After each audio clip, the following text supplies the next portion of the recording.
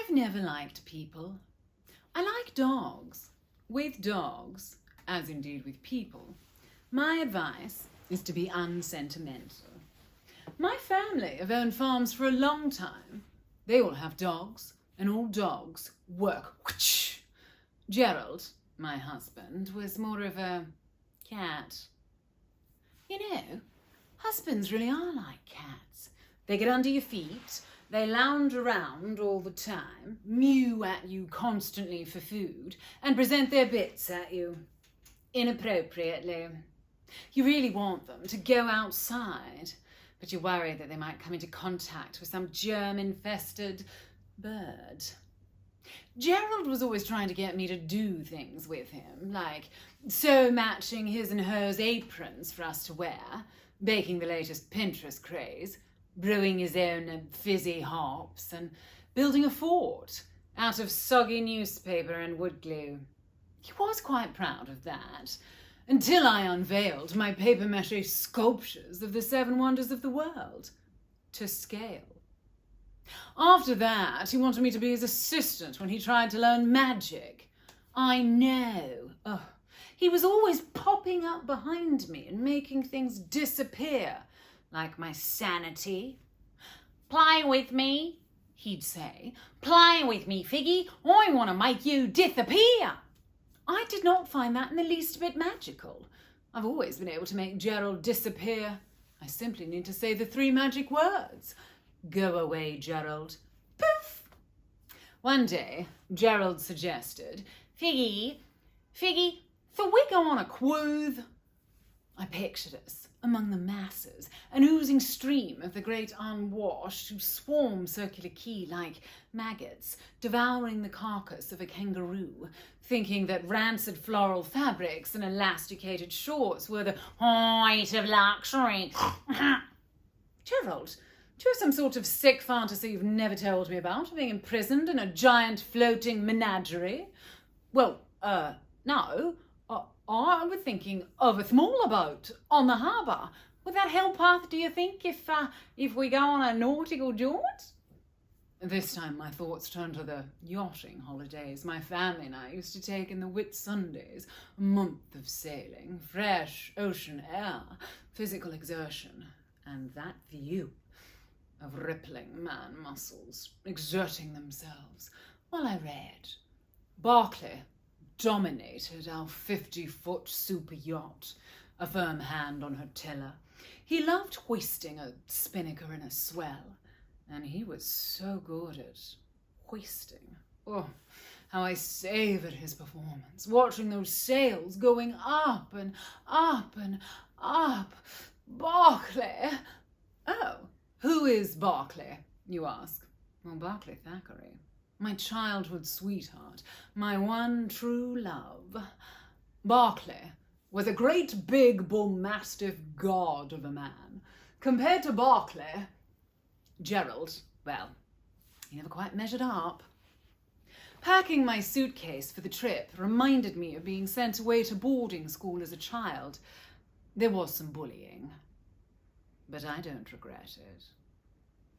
I did regret looking up, however, to see Gerald standing in the hallway of our apartment, wearing a wetsuit, lashings of fluoro zinc, and holding a little paddle, because it dawned on me that Gerald had hired a canoe. Barclay would never have hired a canoe. He'd have had one made, especially, or else it just would not have fit. You know, I cannot remember a time when I didn't know Barclay. He loomed large in my youth. In every picture of family events, there he would be. "Mount Barclay," as Daddy used to say, not inaccurately. "Figgy." "Yes, Gerald." As I reluctantly returned to reality, Gerald, perversely, seemed overjoyed. He was now jumping about the bed like a young child at a birthday party jacked up on sugar. I was just about to tell him that an accident was imminent when he bounced too high, hit his head on the ceiling and fell on the floor. Looking at Gerald beneath me reminded me of how we'd met. University theatricals. I was starring as Desdemona in a production of Othello. I was writhing around on the bed when Gerald, who was a third spear carrier or something or other, made the entrance he'd missed from the scene before, tripped over the sheets, lost control, and his tip fell off.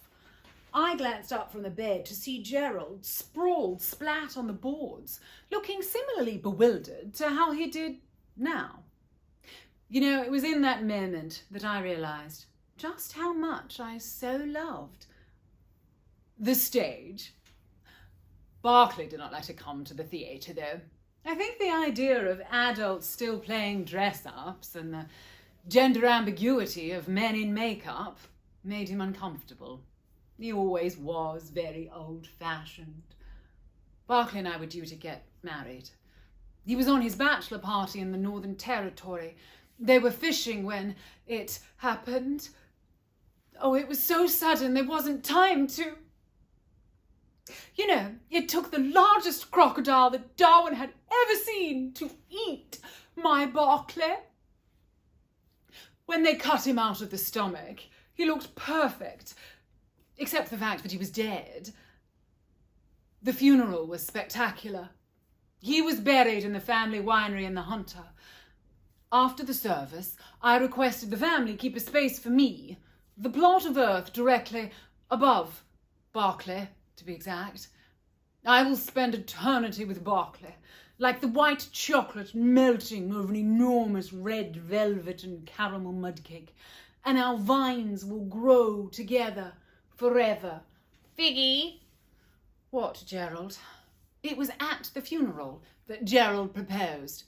I told him that he should not be so pathetic, but little Gerald just kept at me and so more to shut him up than anything. I agreed. Mummy and Daddy just slotted Gerald into the wedding they already had planned. It was all a bit of a blur, really. Much like trying to see through the fog out on the harbour in the canoe. The weather had taken a turn for the worst, and Gerald was being tossed about, which he normally didn't mind, but he was starting to look quite green, even under his pink zinc. He suggested that he should get out and swim for help. I tried to talk him out of it, but he insisted and awkwardly positioned himself over the side. You know, Gerald and I never did manage to consummate the relationship. Not properly. Psst. That was Gerald for you, forever overexcited. Into the water he went. Plop! I managed, of course, to manoeuvre the canoe back to the dock. Effortlessly. I made my own way back to the apartment and let myself in.